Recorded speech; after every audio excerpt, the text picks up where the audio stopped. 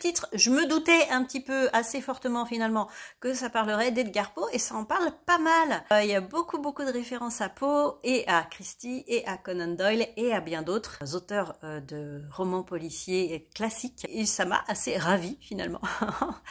C'est un livre qui pourrait faire penser à du cozy mystery, du cozy crime, parce que on a un groupe de lecteurs, d'assidus de lecteurs de polars qui se réunissent tous les mardis pour parler d'un livre en particulier, un classique en général. Et voilà. Et un jour, ils ont aidé, suite à un pari, ils ont aidé une amie flic à résoudre une cold case. Elle leur a dit, bah voilà, si vous êtes si fort, tenez, c'est un vieux dossier qu'on a depuis des années qu'on n'arrive pas à résoudre. Est-ce que vous pouvez le faire?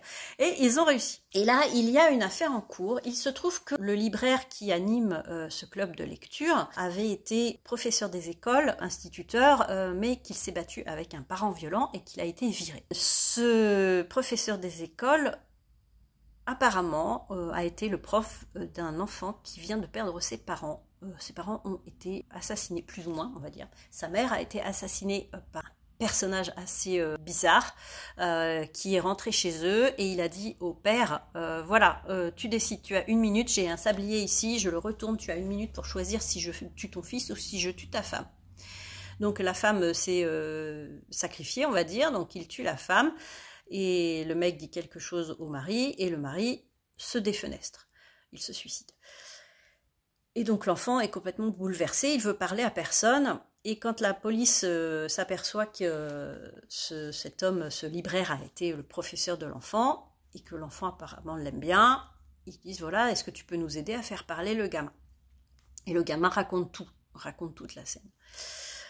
Plus tard, il y a un meurtre très similaire avec une femme et ses 2 parents assez âgés. Et le tueur dit à cette femme, voilà, je retourne le sablier, tu as 1 minute pour choisir si je dois tuer ton père ou si je dois tuer ta mère. Enfin, finalement, dans cette enquête où la police patauge, parce qu'ils n'arrivent à rien trouver, ils n'ont que ce sablier et le témoignage de l'enfant et le témoignage de la femme qui reste, finalement, ils n'ont rien.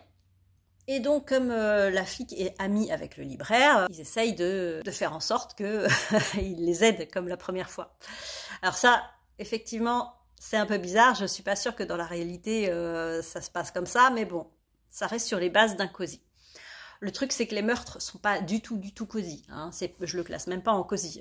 Pas la peine d'y penser, parce que même ce qu'on apprend à la fin, c'est pas du tout cosy, mais voilà. Mais ça reste un peu sur ces bases-là. Et ce libraire, avec l'aide de ses amis, lecteurs et lectrices, va enquêter là-dessus. Et c'était rafraîchissant, parce que c'était à la fois mignon et cosy, et à la fois thriller. Vraiment thriller, quoi, parce que on se met à la place des gens qui doivent choisir entre telle et telle personne de leur famille, mais c'est pas possible, quoi. C'est pas le truc transcendant, mais c'est assez original. Et alors à la fin, on a aussi une révélation qui n'a rien à voir avec l'intrigue, hein, mais on a une révélation. Je vous ai pas montré ce que c'était.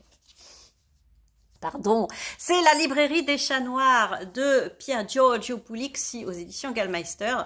Et la couverture est très sympa. Donc les chats noirs, forcément, hein, le chat noir, Edgar Poe, librairie, livre, roman policier, voilà. Et ça parle beaucoup d'Edgar Poe, effectivement. Donc c'était assez original dans le sens où voilà, ça mixe un petit peu le cosy et le thriller assez hard.